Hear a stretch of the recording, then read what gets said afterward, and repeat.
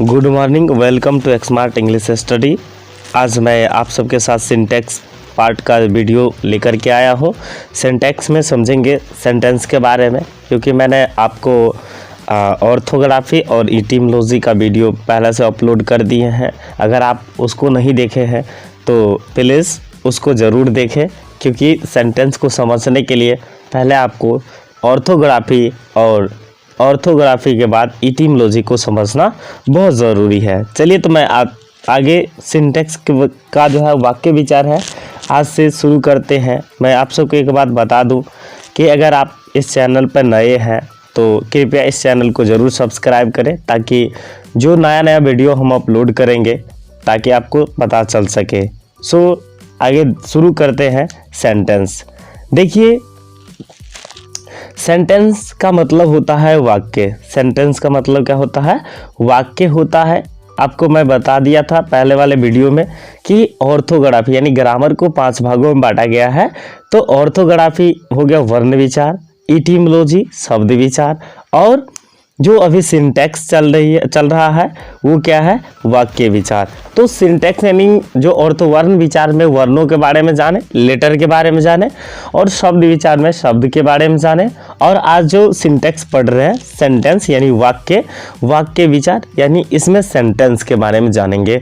वाक्य सेंटेंस क्या होता है, चलिए तो देखते हैं सेंटेंस क्या होता है।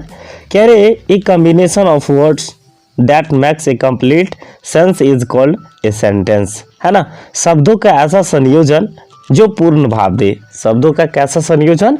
शब्दों का ऐसा संयोजन जो पूर्ण भाव दे क्या कहलाता है? वाक्य कहलाता है। एग्जाम्पल में दिया हुआ है दे हैव 5 सिस्टर्स। यहाँ पे दे हैव 5 सिस्टर्स मतलब क्या? उनके पास 5 बहनें हैं। उनके पास 5 बहनें हैं।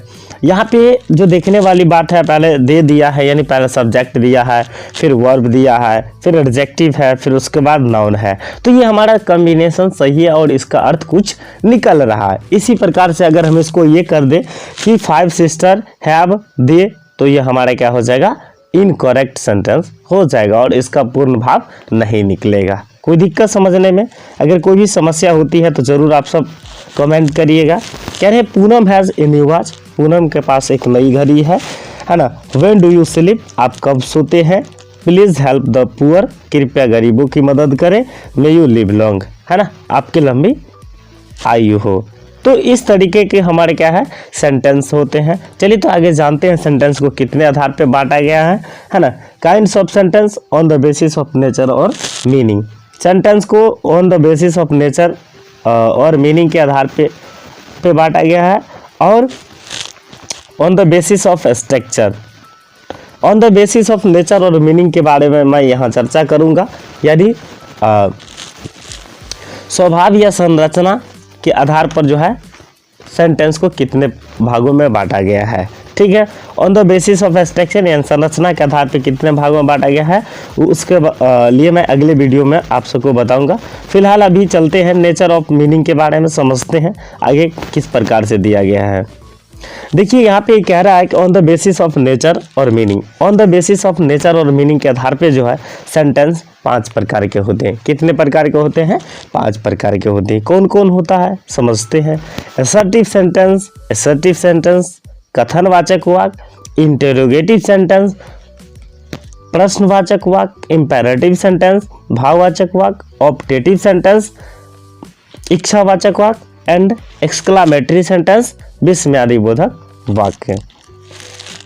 चलिए तो अब बारी बारी से इसको समझते हैं, इसके बारे में। जो असर्टिव सेंटेंस क्या होती है? असर्टिव सेंटेंस कहे तो इसका मतलब होता है कथनवाचक वाक्य। नाम से ही पता चल रहा होगा, कथन यानी कोई भी चीज़ हम कहते हैं किसी के सामने नॉर्मली, वो सब के सब हमारा क्या है?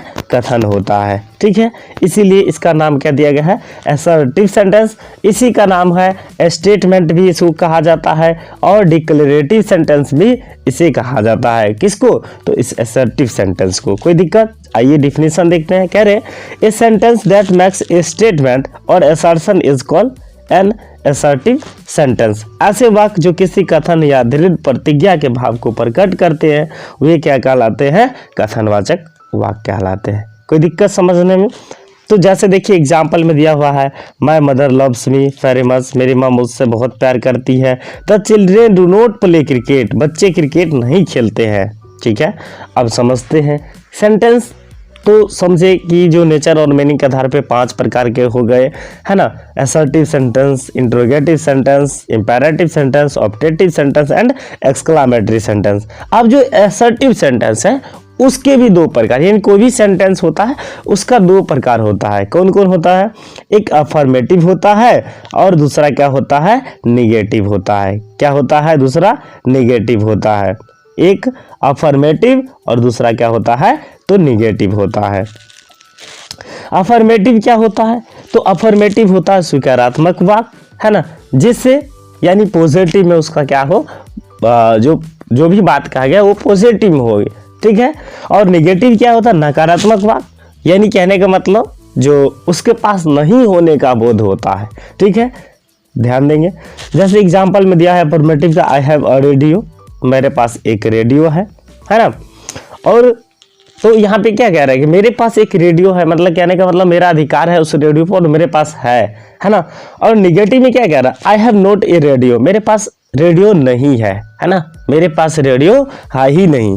तो इस प्रकार से हमारा जो असर्टिव सेंटेंस है वो है। ठीक है, तो नॉर्मली बोलचाल में जैसे मैं कहता हूँ मैं तैयार हूँ, मैं खुश हूँ, है ना, हम लोग अच्छे हैं, तो इस तरीके की जो भी सेंटेंसेस होती है ना, ये सब के सब किस में आता है? तो असर्टिव सेंटेंस में आता है। और ज़्यादातर लोग जो बोलचाल की भाषा में जो प्रयोग करते हैं सेंटेंस का, वो सब के सब ज़्यादातर क्या होती है? तो असर्टिव सेंटेंस ही होती है।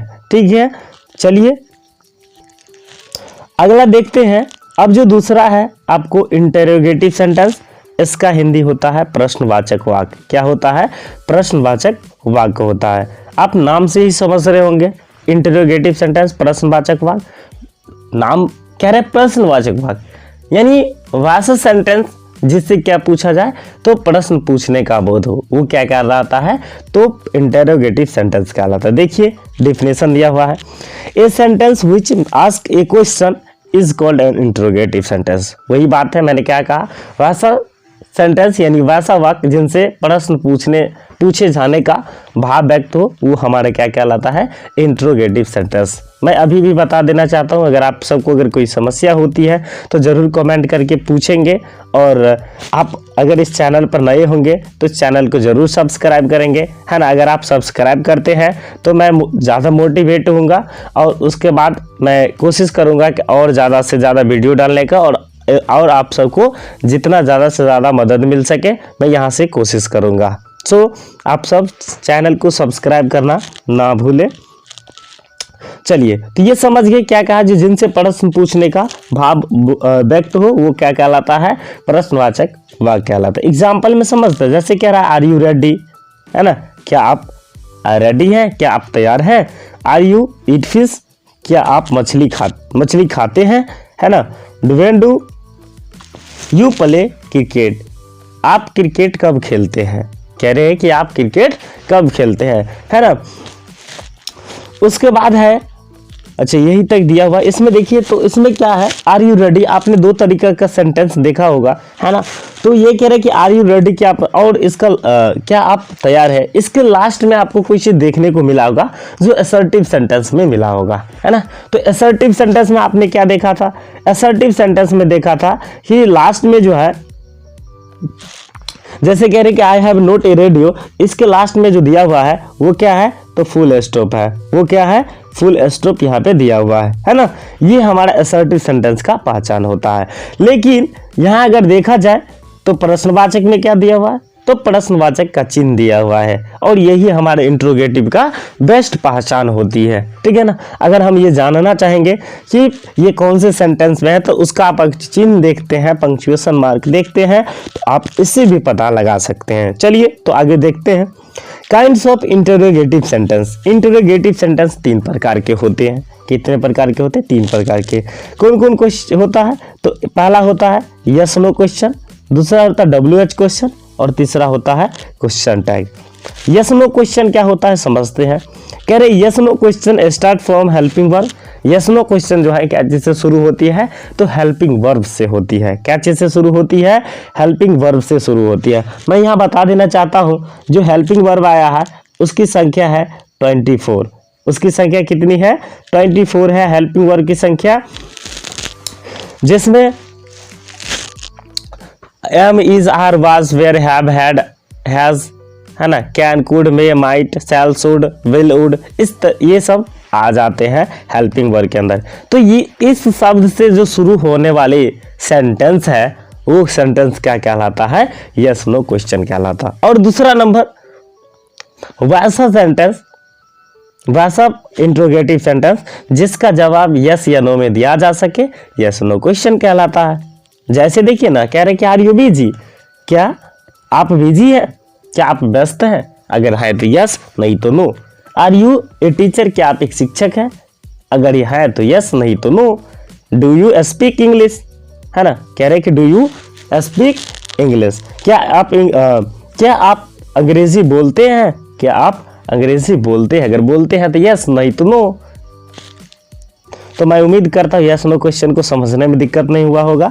चलिए समझते हैं WH क्वेश्चन क्या होती है। कह रहे हैं कि WH question generally start from WH words. जो WH क्वेश्चन है वो क्या चीज से शुरू होती है, तो WH वर्ड से शुरू होती है। इसको WH फैमिली भी बोला जाता है। WH फैमिली क्या होता है समझिएगा।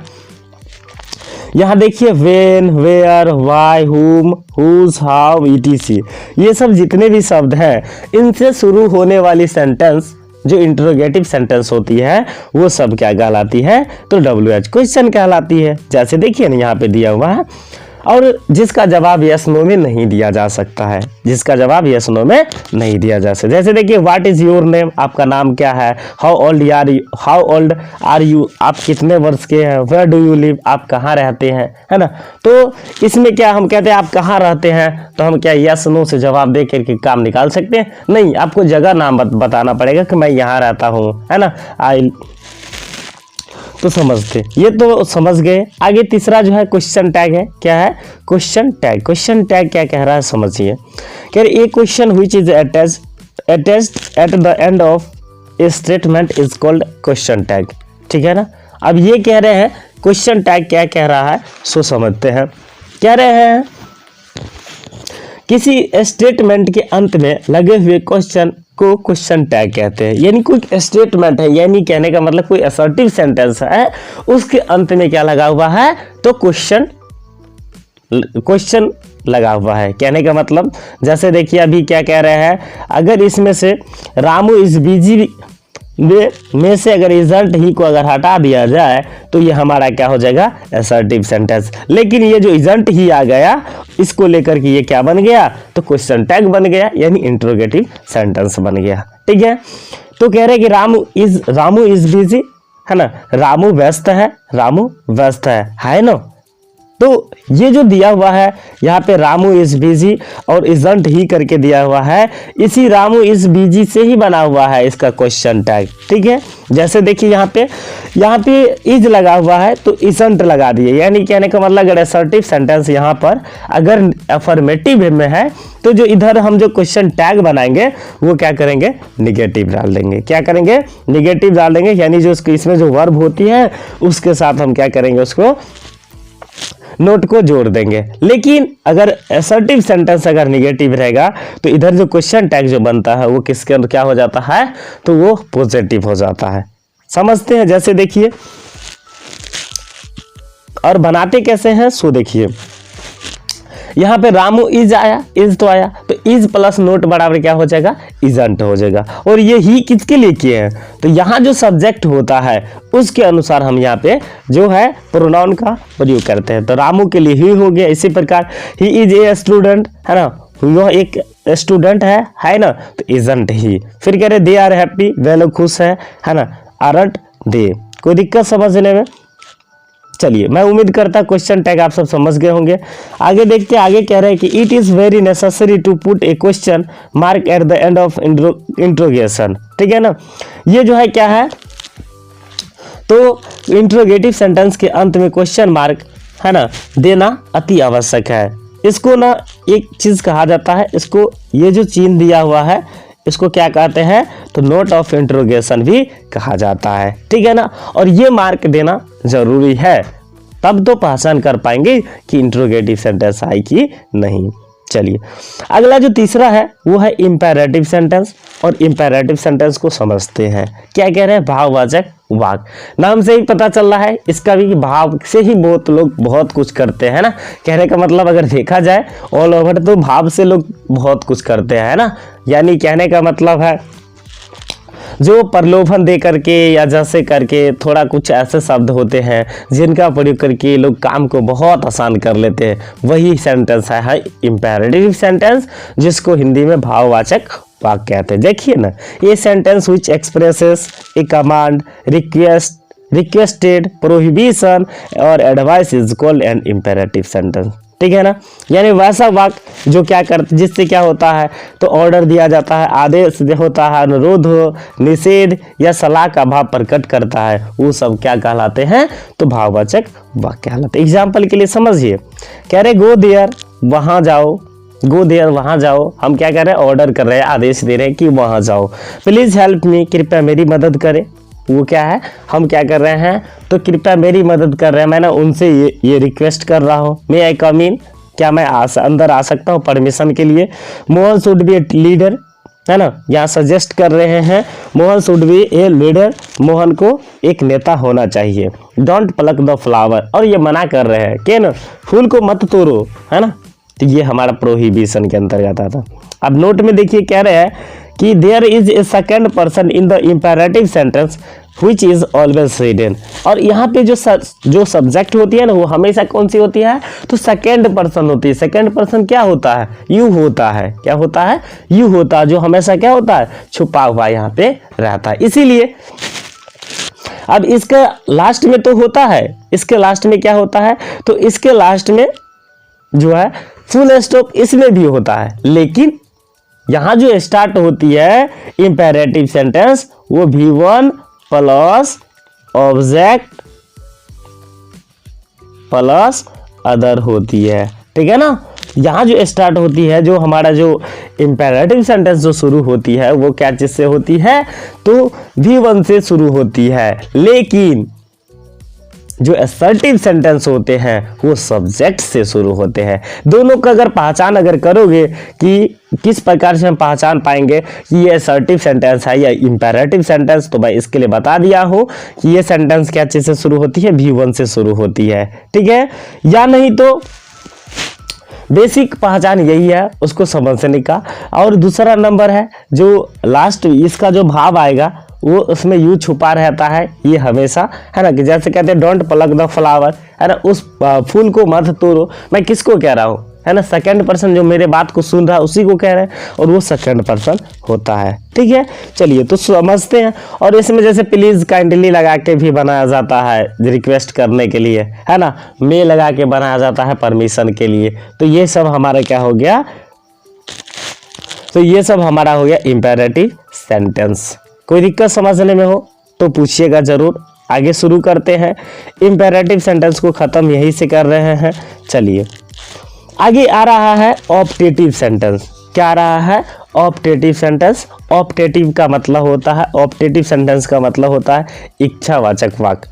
आपको नाम से इसमें भी पता चल रहा होगा कि मानव के मन में तरह तरह की इच्छा होती है ना, बहुत सारी इच्छा होती है। ऐसा नहीं है कि कहने का मतलब मानव को दिन प्रतिदिन रोज कुछ ना कुछ माइंड में आते ही रहता है, ठीक है।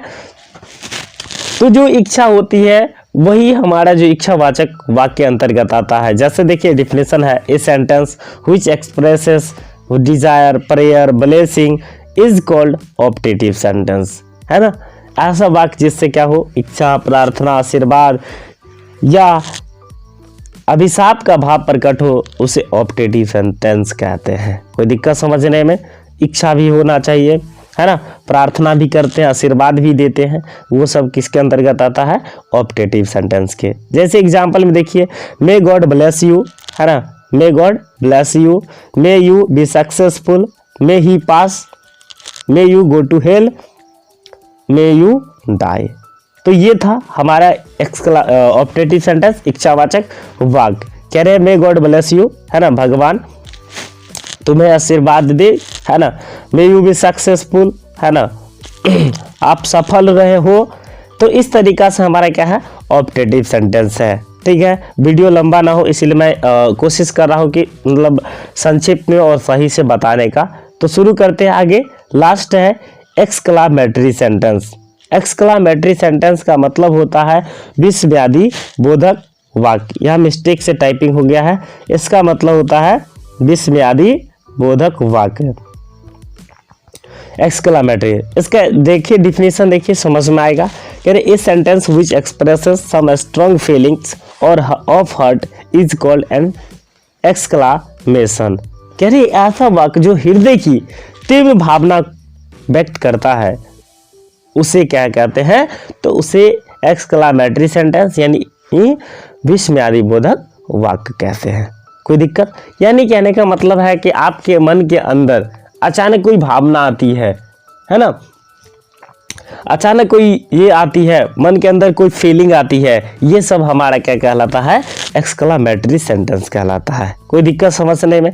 यानी मन के अंदर फीलिंग आता है, जैसे मान लीजिए कि कोई कभी खुशी बहुत ज़्यादा मिलता है ना, तो कभी मतलब कोई ऐसा न्यूज़ मिलता है जो लोगों को बहुत ज़्यादा खुश कर देता है ना। इसी प्रकार से कोई ऐसा चीज़ होता है जब अफसोस जताना होता है, तो इस तरीका के लिए हम किसका प्रयोग करते हैं, एक्सक्लामेटरी सेंटेंस के लिए। जैसे मान लीजिए रास्ते से जा रहे हैं, कोई ऐसा चीज़ देखने को मिल गया बहुत सुंदर, तो क्या कहते हैं, वाओ, तो हाउ ब्यूटीफुल, वाओ कितना सुंदर है ना। तो इस तरीका के जो भी आपके मन में जो कुछ फीलिंग आती है, जो भावनाएं आती है, वो सब हमारे क्या होता है, एक्सक्लामेटरी सेंटेंस होता है। चलिए एग्जांपल इसको समझते हैं। एग्जांपल कह रहे alas my horse is dead, है ना। अलास दुख द्योतक शब्द है, अलास क्या है, दुख द्योतक शब्द है। अगर इसको समझने में अगर समस्या हो रहा होगा तो मैं बता देना चाहता हूं कि इंटरजेक्शन जो पढ़े होंगे आप पार्ट्स ऑफ स्पीच में, वो इसी के, ये सब उसी के अंतर्गत आता है। कौन? अलास, हुर्रा, ब्लेस, इस तरीका का ये सब जितने भी शब्द हैं वो सब कहाँ आते हैं, तो इंटरोगेटिव सेंटेंस में आते, सॉरी इंटरजेक्शन में आता है। ठीक है, तो यहाँ पे कह रहा है कि अलास, है ना, अफसोस जो तक है, मैंने यानी दुख दो तक शब्द है, माय हॉर्स इज डेड। अगर किसी का मान लीजिए कह रहे कि घोड़ा, मेरा घोड़ा मर गया, तो कहने का मतलब यहाँ पे क्या हो रहा, बहुत ज्यादा मतलब मातम, कहने का मतलब ये करने की आवश्यकता है ना। फिर कह रहे how beautiful this scene is, है ना, यह जो है सीन कितना सुंदर है। ठीक है, तो इस तरीका से मैं बता देना चाहता हूँ। आगे देखिए, जो इसमें दिया हुआ है कुछ ऐसा है जो हम इसका स्ट्रक्चर को कैसे समझेंगे। तो अगर हम एडजेक्टिव का प्रयोग कर रहे हैं तो उसके साथ हम हाउ का यूज करेंगे। किसका प्रयोग कर रहे हैं? एडजेक्टिव का। जैसे एडजेक्टिव क्या होता है? एडजेक्टिव होता है जो नाउन या प्रोनाउन की विशेषता बताता है ना। नाउन या प्रोनाउन की क्या करता है? विशेषता बताता है, वो एडजेक्टिव होता है। जैसे देखिए यहाँ पे लिखा हुआ हाउ ब्यूटीफुल, है ना, कितना सुंदर, हाउ ब्यूटीफुल कितना सुंदर, है ना। इसीलिए हम हाउ स्वीट कितना मधुर, हाउ डर्टी कितना गंदा, हाउ क्लीन कितना साफ, है ना। तो ये सब के सब हमारे क्या है? एडजेक्टिव है, इसीलिए एडजेक्टिव के साथ हम हाउ का प्रयोग करते हैं। आगे दूसरा स्ट्रक्चर है इसका, वाट प्लस नाउन। यानी अगर नाउन का प्रयोग करते तब किसका प्रयोग करेंगे? वाट का प्रयोग करेंगे। किसका करेंगे? वाट का। जैसे कह रहे वाट ए लव, है ना, कैसा प्यार, वाट ए लव मतलब कैसा प्यार, है ना। इसके बाद कह रहे वाट a dream, watt a dream मतलब कैसा सपना, सपना तो है लेकिन कैसा सपना, अचानक मन में कोई फीलिंग आता है कि कैसा सपना, तो वो सब के सब हमारा क्या होता है, तो एक्सक्लामेटरी सेंटेंस होता है। मैं एक चीज़ यहाँ पे बता देना चाहता हूँ, जो एक्सक्लामेटरी सेंटेंस का जो पहचान है वो क्या होता है, तो इस वाक्य के अंत में जो है नोट ऑफ एक्सक्लामेशन का चिन्ह लगा रहता है। इस चिन्ह को हम क्या कहेंगे? तो नोट ऑफ एक्सक्लामेशन का चिन्ह कहेंगे। क्या कहेंगे इसको? नोट ऑफ एक्सक्लामेशन का चिन्ह कहेंगे। मैं उम्मीद करता हूं आप सबको ये वीडियो ज़रूर पसंद आया होगा, और पसंद आया होगा तो आप सब वीडियो देखने से पहले इस चैनल को सब्सक्राइब कर दिए होंगे। अगर नहीं किए होंगे तो ज़रूर करिएगा, ताकि इस तरीका का वीडियो मैं बहुत जल्द जल्द ही अपलोड करते रहता हूँ, तो आप सबको नोटिफिकेशन मिल सके, है ना।